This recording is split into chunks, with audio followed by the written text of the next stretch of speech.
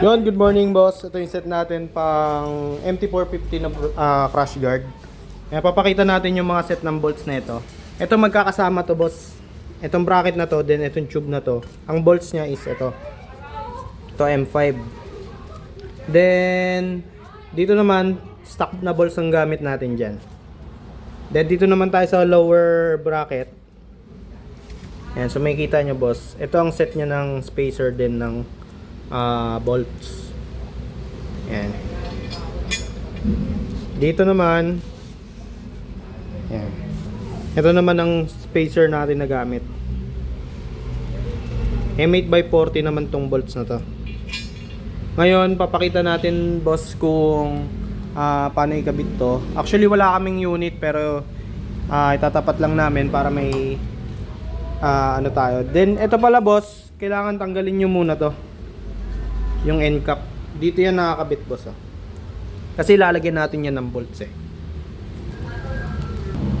Yan mga boss, una natin ikakabit itong left and right na malaking bracket. Sa MT450 boss, may tatanggalin ka pang fairings doon para makabit to. Yan, may kita nyo yung tubo na yan. Ayan yung tinanggalan natin ng end cap, kabilaan po yan. Ang gagamitin natin bolts dyan is ito, M8x15. Itong pinakamaliit na M8. Yan, papasok lang yan dyan boss. Siguro nahulog niya. Yan, kabilaan din yan. Yan, papasok natin yan dyan. Yan, sige, i-ano nyo sa motor. Yan, ganyan ang forma nyan boss. Sige. Then boss, next naman natin, itong bracket na to. Ito, makikita nyo yung tubo, nakalusot po yan dyan. Ito, nakakabit to sa ilalim ng headlight. Yan. Stock po ang gamit na bolts dito. Then dito naman is itong pinakamaliit M5. Ang forma niyan boss, ganito. Sige, pasok niya. Sensya na po sa wala kasing unit namin dito eh, kaya yan, ganyan.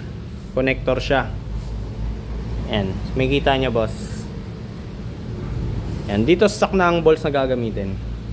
Then yung maliit, ayan, yung bolts na yan, dyan na ikakabit yan. Yan. Kumbaga yan yung pinaka-connector ng dalawang crash guard sir. Ayan, may butas yan sa ilalim, dyan mo siya ikakabit. Yan. Then next boss, may kita nyo, isang side lang muna to. Ito na ikakabit natin yung second bracket nya.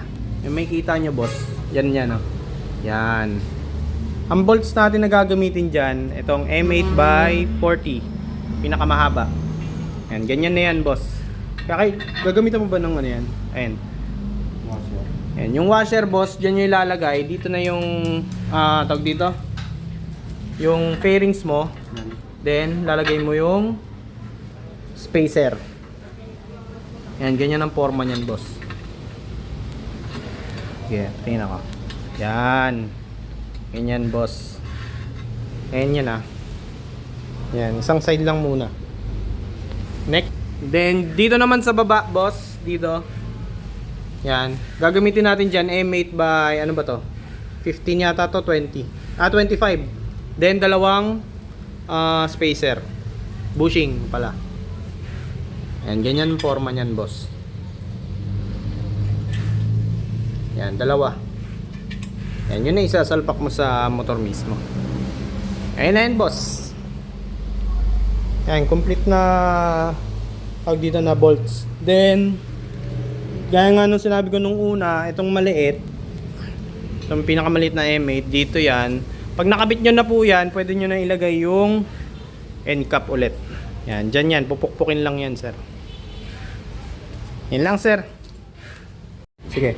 Sir, nga pala, pag magkakabit kayo ng crash guard, dapat maluwag po muna lahat para hindi sila magkokontrahan. Then, pag nakabit nyo na lahat, saka nyo higpitan sir. Yun lang, maraming salamat po.